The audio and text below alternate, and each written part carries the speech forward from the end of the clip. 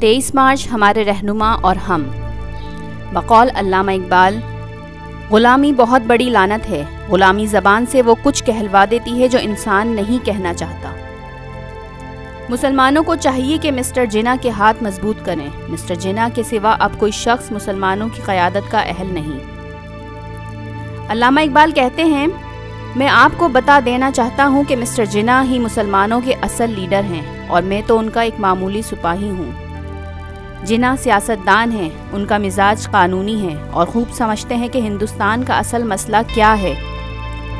23 مارچ کیا ہے؟ ہم 23 مارچ کیوں مناتے ہیں؟ اپنے بچوں کو یہ بتانا ضروری ہے کہ قرارداد پاکستان کی ضرورت کیوں پیش آئی۔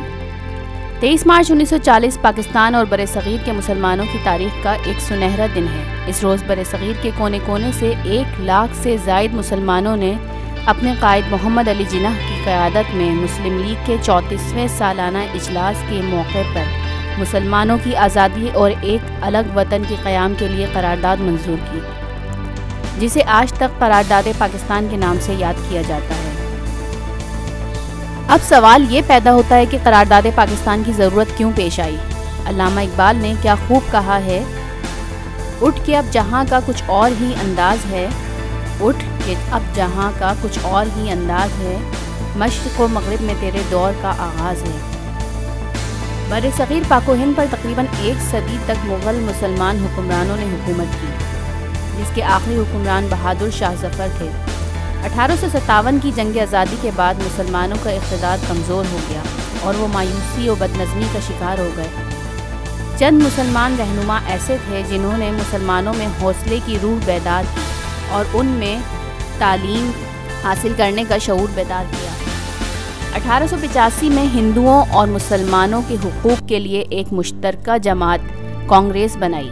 اس جماعت کا مقصد دونوں کے حقوق کا تحفظ کرنا تھا، مگر ایسا نہ ہو سکا، جس کی وجہ سے مسلمانوں کے حقوق کے تحفظ کے لیے 1906 میں ڈھاکہ میں مسلم ایجوکیشنل کانفرنس منعقد ہوئی۔ اس کانفرنس میں مسلمانوں نے آل انڈیا مسلم لیگ کی بنیاد رکھی۔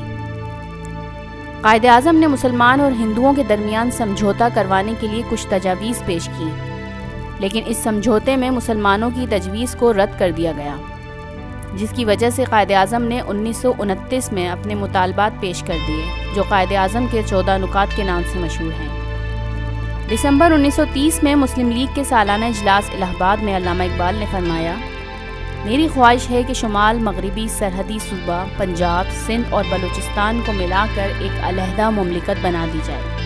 ہندوستان کے شمال مغرب میں مسلمانوں کی متحدہ مملکت، کم از کم شمال مغرب و ہند میں مجھے مسلمانوں کی قسمت کا آخری فیصلہ نظر آتا ہے۔ علامہ اقبال کے اس خطبے نے مسلمانوں میں جوش و ولولہ پیدا کیا اور مسلمانوں نے آزاد وطن کے حصول کے لیے جدوجہد تیز کر دی۔ بقول اقبال، توحید کی امانت سینوں میں ہمارے، توحید کی امانت سینوں میں ہمارے، آسان نہیں مٹانا نام و نشاں ہمارا۔ مارچ 1940 میں مسلم لیگ کا سالانہ اجلاس لاہور منٹو پارک میں منعقد ہوا۔ اس اجلاس کی صدارت قائد اعظم نے کی۔ قائد اعظم نے اپنی تقریر میں 2 قومی نظریے کو واضح طور پر بیان کیا۔ قائد اعظم کی تقریر کے اگلے روز 23 مارچ کو بنگال کے وزیر مولوی فضل الحق نے قرارداد پاکستان پیش کی۔ اس قرارداد میں فیصلہ ہوا کہ کوئی بھی آئینی منصوبہ ملک اور مسلمانوں کے لیے اس وقت تک قابل قبول نہیں ہوگا جب تک اس امر کو ملحوظ نہ رکھا گیا، یعنی جغرافیائی طور پر مربوط اکائیوں کو حسب ضرورت علاقائی رد و بدل کے ساتھ نئے منطقوں میں اس طرح تقسیم کیا جائے کہ جن علاقوں میں مسلمانوں کی اکثریت ہے انہیں باہم ملا کر آزاد مملکتوں کی تشکیل دی جائے۔ تو ناظرین، یہ تھی قرارداد پاکستان پیش کرنے کی وجوہات۔ یہ دن ہم ہر سال مناتے ہیں، برصغیر پاک و ہند کے لیے ایک اہم دن، اقبال کے خواب کو حقیقت میں ڈھالنے کا دن، قائد اعظم کی قیادت میں علیحدہ ملک کے قیام کا مطالبہ، لاکھوں جانوں عصمتوں کی قربانی کو یاد کرنے کا دن۔ آج یہ دن اس عزم کے ساتھ منانا ہوگا کہ پاکستان کو ہر میدان میں نمبر 1 پر لانا ہوگا۔ ماضی نہیں بدل سکتا، حال بے حال ہے، لیکن مستقبل کو روشن کرنے کے لیے پیار کے دیپ جلانا ہوگا۔ اب قرض ہے ہم پر مٹی کا اس منزل کا اس دھرتی کا، اب قرض ہے ہم پر مٹی کا اس منزل کا اس دھرتی کا، تقدیر کریں تعبیر کریں، آؤ وطن کی تعمیر کریں۔